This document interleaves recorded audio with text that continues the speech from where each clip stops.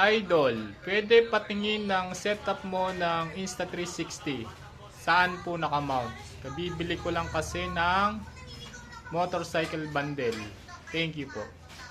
Wait lang idol, papakita ko sa iyo yung setup ko ng Insta360 sa NMAX ko. Ikukunin ko lang yung camera. Idol, ganito yung setup ko ng Insta360 sa NMAX. Ito, side mirror mounted siya. Dito ko siya in-install. Yan. Then, tinatanggal ko lang to. At, syempre, dyan natin ipapatong yung ating camera.